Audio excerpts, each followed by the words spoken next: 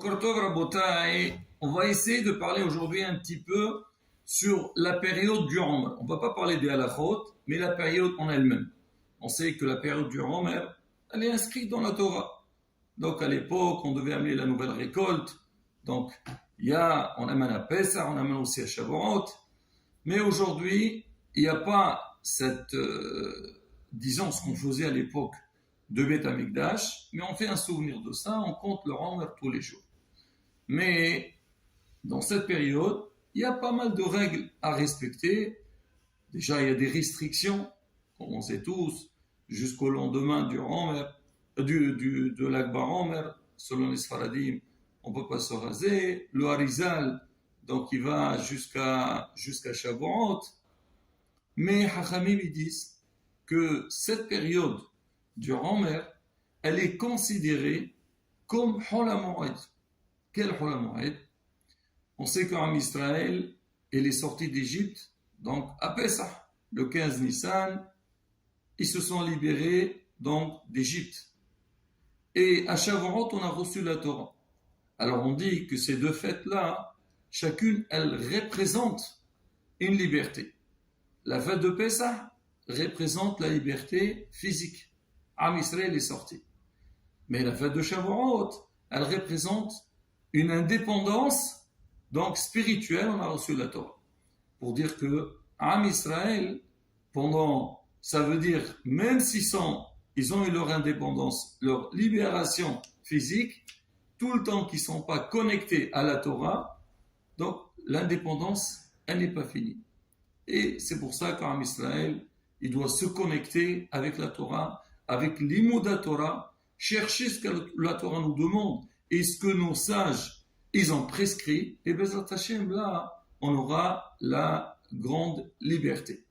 Et donc c'est pour ça qu'on dit que la période entre Pesach et Shavuot, elle s'appelle une période c'est Hol HaMoed.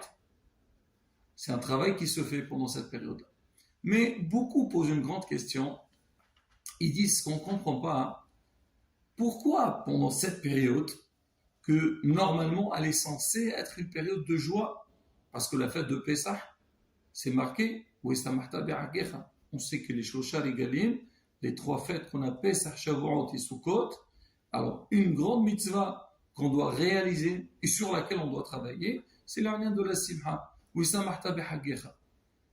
alors à Pessah, donc on est demandé à nous réjouir.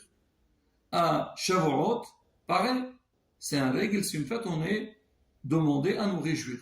Normalement, s'il y a un pont qui va lier entre ces deux fêtes-là, il faut que cette période aussi, ça soit une période de Simha, alors qu'on voit le contraire. Que pendant cette période, donc il y a eu les élèves de Rabbi Akiva qui sont décédés, et le Shulchan Aruch nous demande de faire des restrictions, de ne pas se marier, et ainsi de suite. Et donc, on ne peut pas comprendre comment ça se fait que la période que normalement elle était censée d'être une période de joie, alors on est tombé à un événement que nous oblige d'avoir un certain deuil quelque part. Écoutez, Rabotai, une réponse extraordinaire sur cette question-là. Hachamim explique, ils disent qu'en vérité, la simha, alors il y a deux parties dans la simha. Il y a ce qu'on appelle une simha interne, une joie interne. Il y a aussi ce qu'on appelle une simha externe. Ça veut dire quoi? Ça veut dire des fois, on peut voir sur quelqu'un il donne l'impression qu'il est joyeux, alors qu'à l'intérieur, il n'est pas vraiment joyeux. Il fait semblant comme s'il était joyeux, qu'il est content. La vraie joie, c'est quoi? C'est que la personne, donc au fond d'elle-même, elle est bien, et la joie qu'elle a en elle est reflétée sur son visage. On dit souvent, le visage, comment il s'appelle? Il s'appelle panim. Panim, c'est quoi? C'est le même mot que pnim. C'est quoi pnim? Interne. C'est-à-dire, en général, le visage, il exprime ce qu'on a à l'intérieur. Quand tu vois quelqu'un, des fois, on le voit, tu dis, qu'est-ce que tu as aujourd'hui? Tu n'es pas bien. Qui t'a dit que je t'ai rien? Je dis, non. On voit sur ton visage. Mais quoi qu'il arrive, ce lien-là de simha, donc, il ne se présente pas seulement par rapport à ce qui est à l'extérieur. On raconte Il y avait quelqu'un, alors allez nous voir, que Dieu nous préserve. Ah, il n'était pas bien du tout. La déprime totale. Et il a essayé, rien.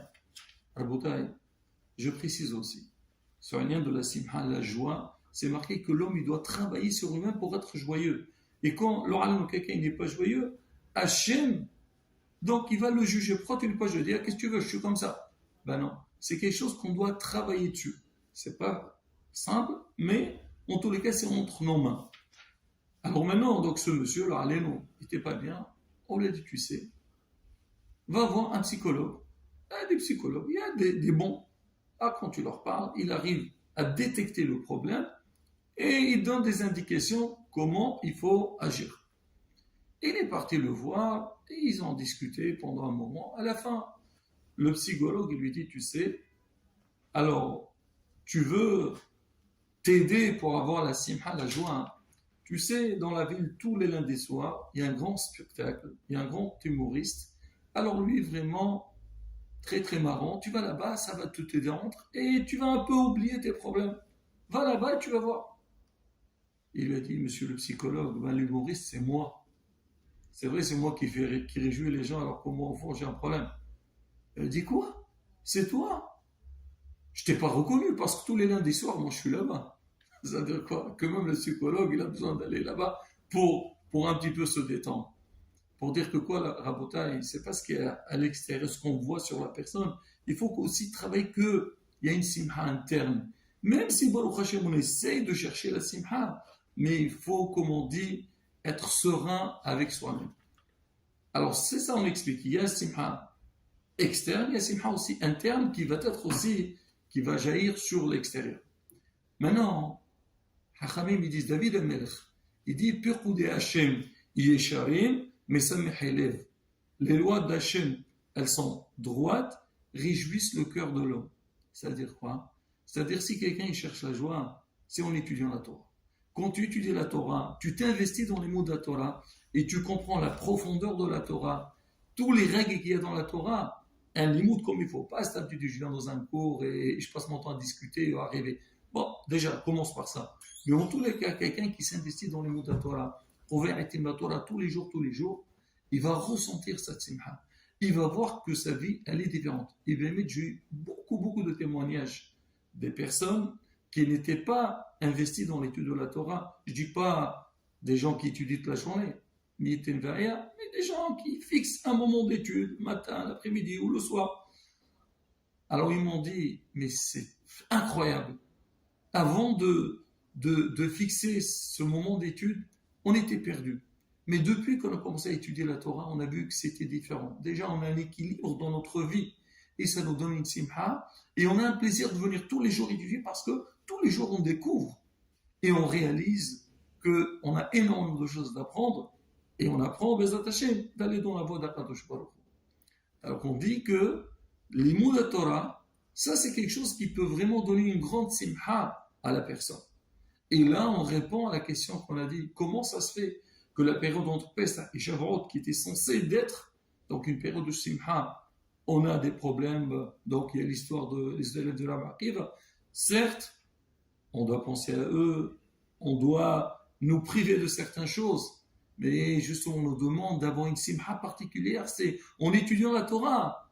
Et quand tu étudies la Torah, tu vas avoir la réelle simha, la vraie simha. Et ça fait que quoi, Bémet? De Pesach Shavuot aussi, on a une certaine simha, mais simha shel emet. Et là, la bataille, c'est le moment à le dire que Am Israël, de la même manière qu'à l'époque de la sortie d'Égypte, ils se sont préparés à Matan Torah tous les jours, ils ont avancé pour arriver au 49e degré de Kedusha. Nous aussi, pendant cette période, on doit faire Bezat Hashem, nous investir dans le monde de la Torah avec l'espoir qu'Akadosh Baruch Hu nous envoie la Geoula Shlema et qu'on arrive à Matan Torah prêt comme il faut. Amen. Kéné Rasson.